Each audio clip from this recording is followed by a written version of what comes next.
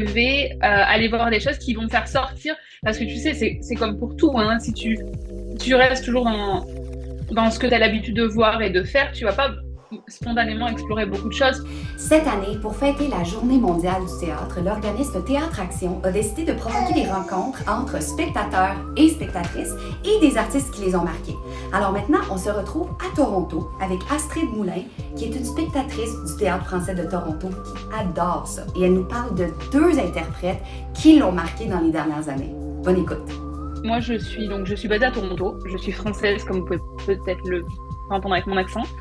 Et je suis créatrice de contenu. Je crée du contenu pour aider les francophones qui viennent vivre au Canada, en Ontario et encore plus à Toronto. C'est ce que je fais. Comme je te disais, j'ai grandi dans un petit village où au final, tu peux un peu comparer ça au monde d'Internet quand tu vois toujours la même chose parce que ton algorithme, il a compris que c'est ce que tu aimais. Dans mon village, c'est la même chose, c'est les mêmes personnes depuis que je suis née, la même façon de penser, il n'y a pas de remise en question, il n'y a pas de nouveauté. Donc ça, tu sais, ça tourne en rond. Alors qu'ici, il y a toujours quelque chose de nouveau.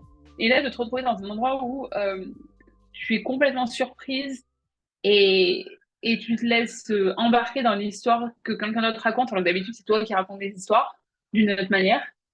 Je, je sais pas, je trouve que c'est vraiment spécial. Alors c'est marrant parce que du coup, c'est Les Filles du Roi que j'avais beaucoup aimé. Il y en a, c'était La Vache, je crois, qui était géniale.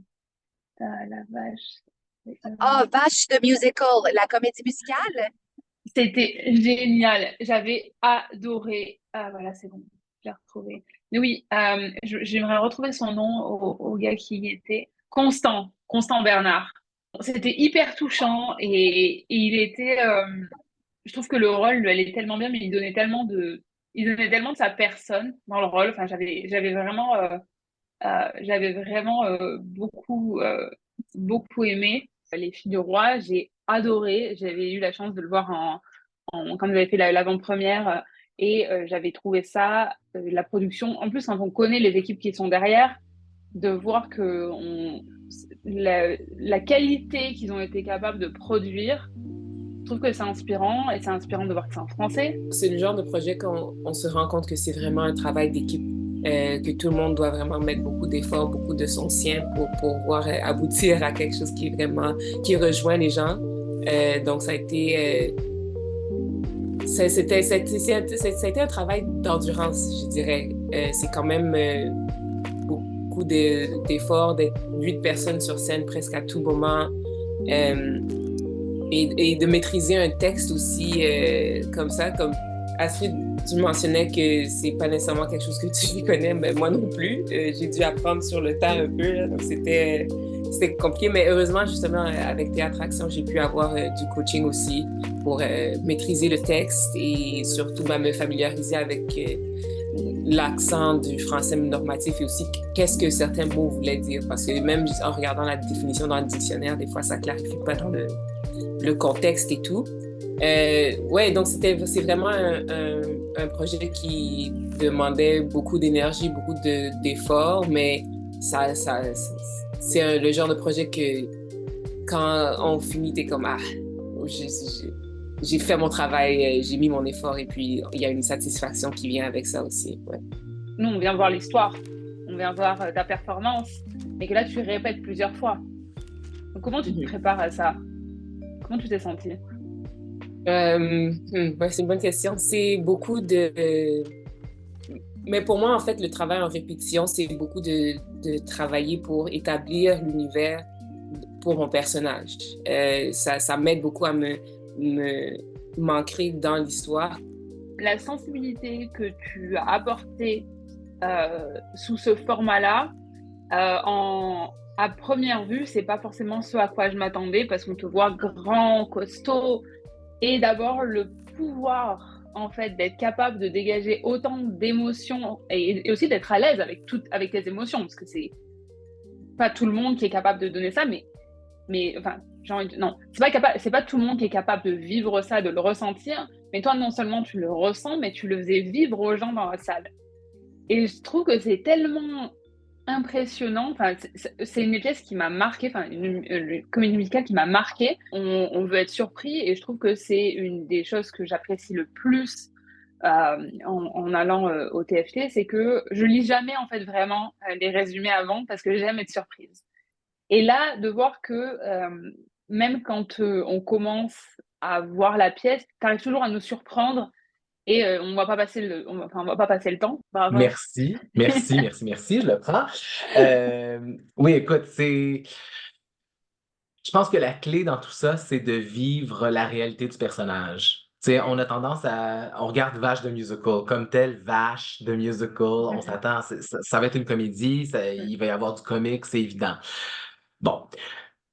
Maintenant, ce personnage-là, du fermier Jean, malgré le fait qu'il soit dans un univers loufoque, puis on s'entend, c'est une parodie un peu et une exagération de ce qui s'est passé en 98 dans l'Est ontarien, mais il y a quand même du vrai, puis moi, je l'ai vécu en tant que résident de l'Est ontarien. Mes grands-parents ont vécu chez nous pendant 2 semaines parce qu'il n'y avait pas de courant à leur maison. Fallait aller vider le sump pump à tous les jours pour pas qu'il y ait des dégâts dans le sous-sol. En tout cas, bon Dieu, je suis en train de vous parler de sump pump. Mais bon. Tout ça pour dire que oui, quand on joue la réalité d'un personnage, peu importe l'univers ou la situation loufoque dans laquelle ce personnage-là se retrouve, je pense qu'il y a une sensibilité qui ressort de ça.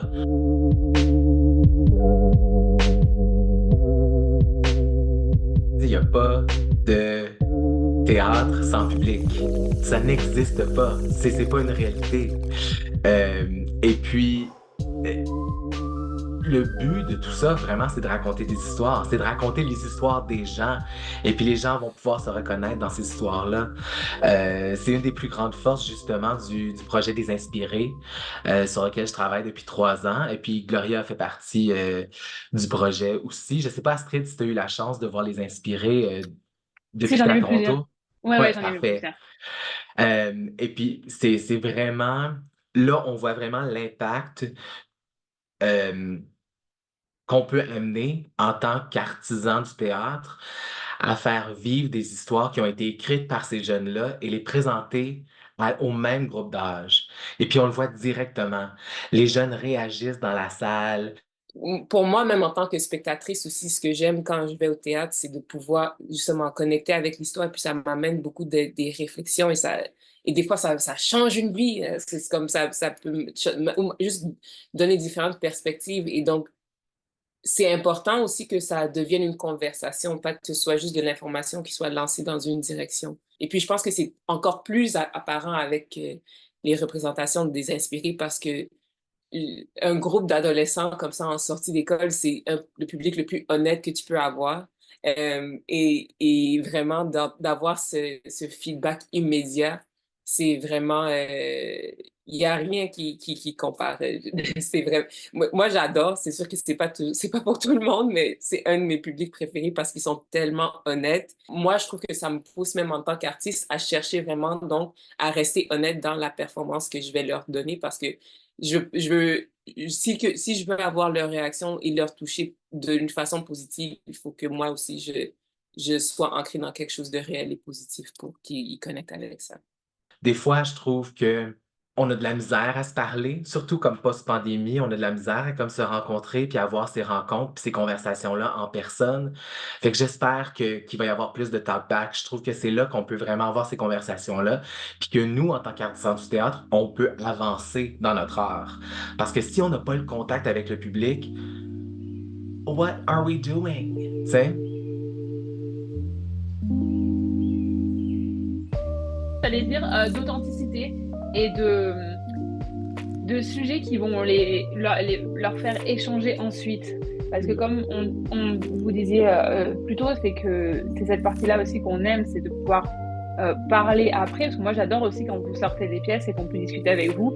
Même si c'est juste pour vous dire un mot gentil, je sais, moi, je crée du contenu de mon côté, je sais ce que c'est d'être tout seul ou en tout cas dans sa bulle et de pas avoir forcément le lien... d'apprécier le lien direct avec les gens qui consomment le contenu et de raison de parler parce que j'y vais, maintenant j'y vais, je connais certaines personnes, on n'a même pas besoin de se donner rendez-vous au théâtre, on sait qu'on va y être et quand on sort de la pièce, on va chacun pouvoir partager sa perspective de comment on a vu les choses en se basant sur notre expérience, parce que nos expériences, elles sont différentes, donc notre vision des choses va être différente. Le théâtre va nous offrir un temps de pause et un temps de communauté. Donc, un temps pour s'arrêter et puis faire comme un bilan même de qu'est-ce qui se passe dans notre vie intérieure, qu'est-ce qui se passe dans la vie à l'extérieur de nous, et puis de se rassembler ensemble pour voir aussi comment on peut avancer avec ça. Je pense que c'est très important que le théâtre soit un événement rassembleur, mais aussi accessible. Je trouve des fois que si on peut rendre ce théâtre-là plus accessible pour tout le monde, que ce soit par rapport au sujet, au casting, au prix du billet, c'est partout. Je pense que les gens vont vouloir faire comme « Hey, tu sais quoi? À soir, on regarde pas Netflix, on va aller au théâtre. » Parce que la dernière fois, puis ça c'est mon point final que j'aimerais faire là-dessus, c'est la dernière fois on a ri, on a eu du fun. Et puis je pense que les gens ont juste besoin d'être divertis. On a besoin du divertissement, de rire, de se lâcher lousse.